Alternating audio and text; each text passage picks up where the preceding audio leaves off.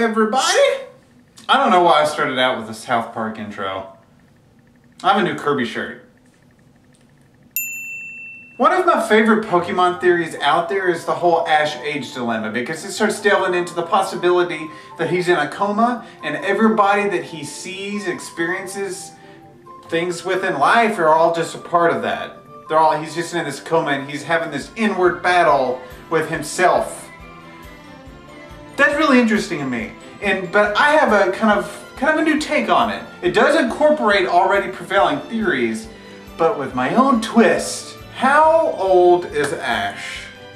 Well, if you were to consult the anime, he's 10.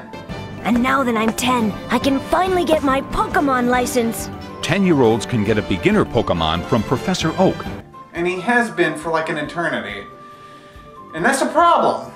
I like to approach my theories looking at the show and everything that happens in the show as if it was its own universe. Not looking into like the production of the show or the writing of the show or whatever, but I like to approach it like if it was an existing, living, breathing universe, its own existence. Because it's cool for the mind. It's good to like critically think about things and use it and really personify it. So to me, I'm approaching this theory like the Pokemon universe exists and everything we watch, the universe, it's a living, breathing thing, and I want to look at it that way. With that being said, let's just move right on into it. As I stated before, the prevailing theory is that Ash is in a coma and has been ever since the beginning of the anime when he was electrocuted by Pikachu in an attempt to save him from a flock of Pidgeys who were attacking Ash. And he caught some collateral damage and it knocked his ass out. Upon coming to, people think that when he came to, that he didn't actually come to. He came 3. No.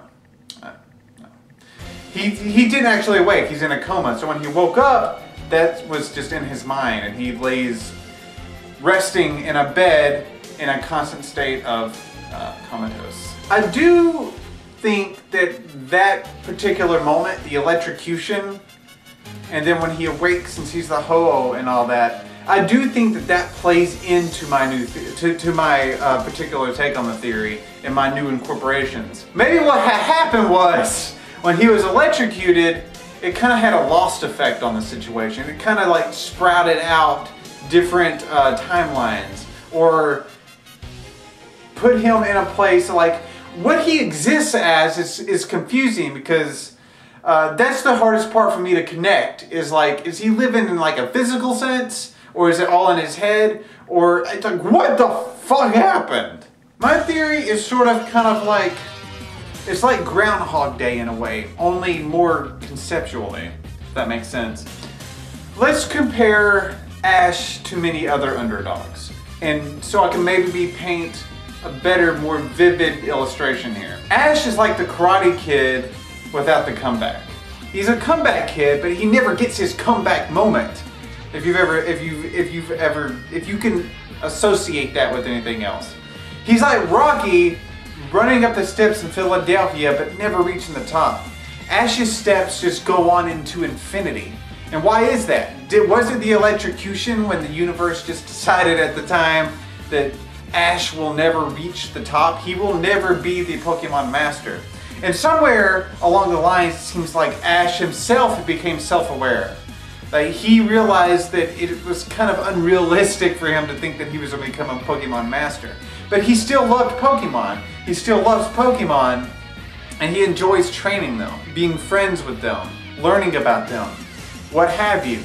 So eventually he settles down and just thinks about it.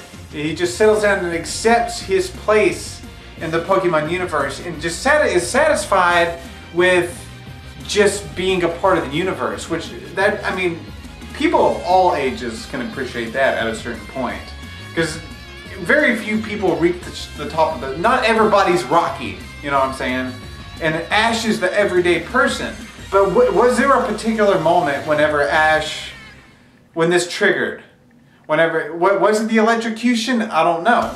But really, he's more of like a living, breathing concept rather than a particular age. It's like he's not a person, but he's more of like like a cinematic genre in a way. But that kind of separates him from the whole, like, okay, he's a living, breathing person in his living, breathing universe. So when I really, like, do a rundown, think about it. Maybe he is not in a physical coma. Maybe he's just mentally, the electrocution, or maybe some other event that maybe we didn't even see on screen. Maybe we were dropped right into the tail end of what Ash existed as before. And we get to see where things post-electrocution or post-change starts taking place.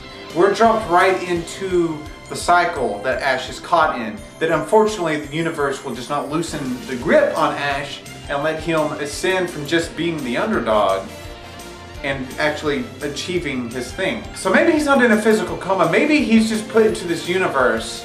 Maybe there's a whole bunch of Ashes. And we're watching the universe of the Ash who is perpetually the underdog. And maybe all the people he meets and all the other trainers that he comes in contact with, whether it be friends or foes, if you've ever noticed, his companions disappear over time.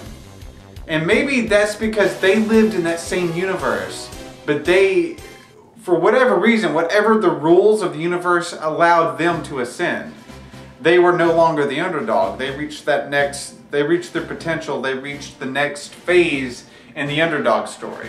The rest of them, if we're Rocky, they reached the top of the steps. They had their comeback, so they disappear out of this universe. And for some reason, we're watching the version of Ash who never is that. Because if he were to achieve it, then the show would be different. The show, like, there would be no more Ash.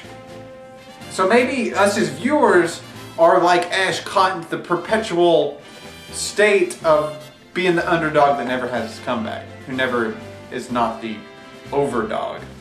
The underdog that's never the overdog. I don't fucking know. I just coined a new phrase. This may all sound pretty fucking confusing, and once that, like, I wrote down these fucking notes, okay? And like, there's so much potential into the many different ways that this could splinter off into and branch off into, that it's like, once I got started making this video, I'm like, holy shit, there could be like a billion different ways to go here. He's not in a physical coma. That's what I'm arriving at. He's not in a physical coma. He's more in like a conceptual coma. And whatever it takes for him to achieve what he's doing, he hasn't triggered it yet. The others have triggered it. His friends who disappeared over time, theirs triggered, and why isn't Ash's triggering? Getting into this makes me think that there could be multiple parts to this concept in videos. Like there could be part 2, 3, whatever to this concept. That's what I'm arriving at right now. It's caught in a conceptual, like, framing, like a story framing coma. Maybe not physically. So maybe physically he is in a coma, but at the same time, like, mentally he's caught in this state. Or he's living in the, god damn, what do you guys think? This is about to get fucking weird. Anyways, what are your thoughts on the matter? I'd like to start a pretty neat discussion. Maybe the discussion will branch off into new video ideas on this concept. Anyways, thanks for watching. I think I just kind of like fucked my own mind upside down and backwards. Hope you're all good. Like I said, just tell me what you think. Thanks for watching, and I'll see you guys in the next video.